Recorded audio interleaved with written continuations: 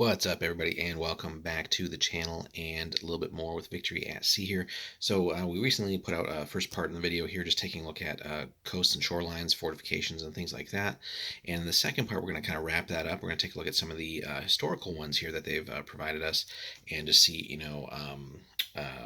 what some of those look like, and a little bit easier to use in some cases too, depending on what games you're playing, as opposed to coming up with your own custom ones. So, and again, lets you recreate some historical scenarios there. A lot of Atlantic Wall things and other shore defenses from the British and so on, British coast. But of course, again, you can always create your own. So again, they give us a nice big list here. A lot of, again, stuff that's basically right across the channel, or was across the channel, and then all the stats for them too. So, and again, kind of doing all the work for you here. The descriptions basically give you how many guns they are, but also in here, right, get your armor values, structure, or basically just, how much damage they can take, the different weapon systems. And as you can see, some of them are kind of generic here, like somewhat generic coastal 6-inch battery here, relatively small guns, up to bigger things like, where's the big one here? Yeah, so like the Lindemann battery, right? 3 16-inch guns. The big Fort Drum shore battery, right? Pretty crazy there. 4 14-inchers and 4 6-inch guns, and just all kinds of other fun stuff like Wandstone, Winnie and Pooh batteries, right? So just all kinds of fun things, and again, gives you a little bit of historical background here, but of course you can always dig deeper on that. But the main thing to wrap this section up, so again, we had coastal fortifications, but the rules also give us coastal structure ideas here. So, as it says, some scenarios might feature like warehouses, command posts, right? So other, just non-fortified like buildings, right? Um, so, and that can feature in all kinds of different areas where shore areas really are going to be used. So basically all the same rules as the shore battery, so we don't have to like create a whole new set of information there. But that being said, they do not have any weapons. Now, if you wanted to add like some basically very basic anti-air weapons, you could just place an AA emplacement on or near it. Coastal structures do vary in size and strength and all that, which we'll get into in here in just a second. So there's different modifiers to like the attack dice rolled, armor values and such. And since they have no offensive capabilities, basically they're just there for objective purposes, like high value targets, just other things just in general to blow up for enemies. But it could be a fun component of like campaigns there, where you might be like raiding enemy shorelines or something like that, and might just score points for basically blowing stuff up. So quick bit here on the AA emplacements. So one of the easiest things basically just to build simple defenses for, right? Importance of air power as well. So like harbors, ports, extremely vulnerable to bombers, of course. So building up some AA battery defenses was vital. So whereas the shore batteries, again, just these massive bunkers, again, just think like pictures you've probably seen of like the Atlantic Wall and stuff like that, massive concrete installations. AA emplacements really could just be rather basic, and just kind of all over the place. So, could be something like a relatively simple like sandbag emplacement, other like just basic fortified things, but again, without the massive structures involved with the previous rules there. So again, same rules as shore batteries, can be considered smaller versions, as smaller versions armed with different weaponry, basically. They use all the rules for AA on ships, so again, just reference page 43 there, but they can target level bombers, and that's a key thing to point out there. Again, relatively simple rules here.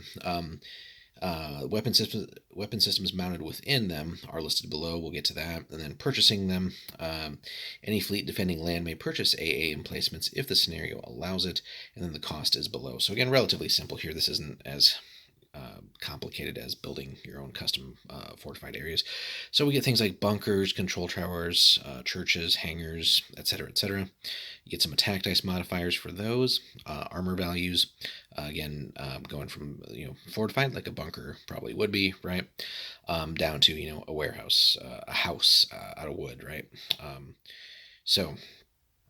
And that being said, then also structure points here, relatively light as you might expect. Given the fact that these aren't, basically, again, these large fortified bunkers. That being said, it does seem a little bit odd that the bunker only gets 10 hull points, but the church gets a massive 20. But hey, you can always customize a little bit, house rule things, right? If you feel like something should be a little bit more here, a little bit more, or a little bit less. So easy fixes there. AA emplacement weapon systems. So again, local, light, medium, and heavy. Very simple. Obviously 360 fire, and then values there for ranges and any traits or anything like that. Heavy A does let you reach out to 12 inches, so decent little rate area of effect there. And then the AA emplacements, again, we go from local to large. Armor values there. Structure, again, local AA is not really going to take much of a beating, so that's going to go away pretty quick.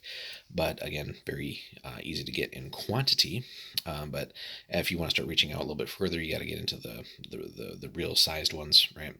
And then you can see the point values as they kind of pretty quickly jump up there, right? Local's just 5 points per installation. Small already is 5 times that at 25 points a pop. But that's 2 light batteries. A medium one basically consists of 4 medium batteries at 50 points, so again, doubling in value there. And then finally, the large one, thankfully, doesn't double to 100, and it actually comes with 16 hull, so again, they basically just double as you go through them, right?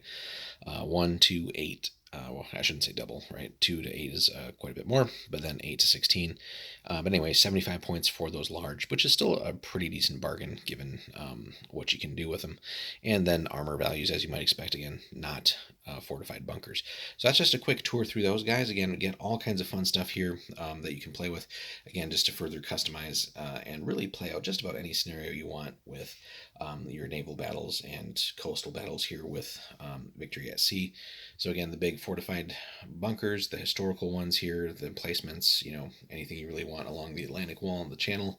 And I'm sure we'll get more, as the game progresses, and maybe we get other expansions for other theaters. And then just dealing with other basically non-fortified structures that you might find in and around coasts.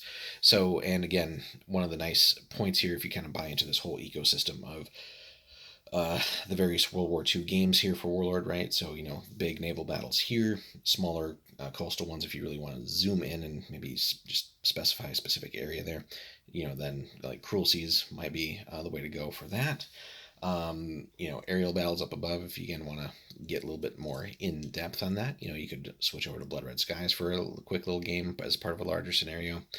Or campaign, and then anything on the ground, of course. Then you can jump over to bolt action. So, and who knows, maybe we'll get like epic scale World War II at some point, since they launched that epic scale for Civil War, but that's down the road, I'm sure.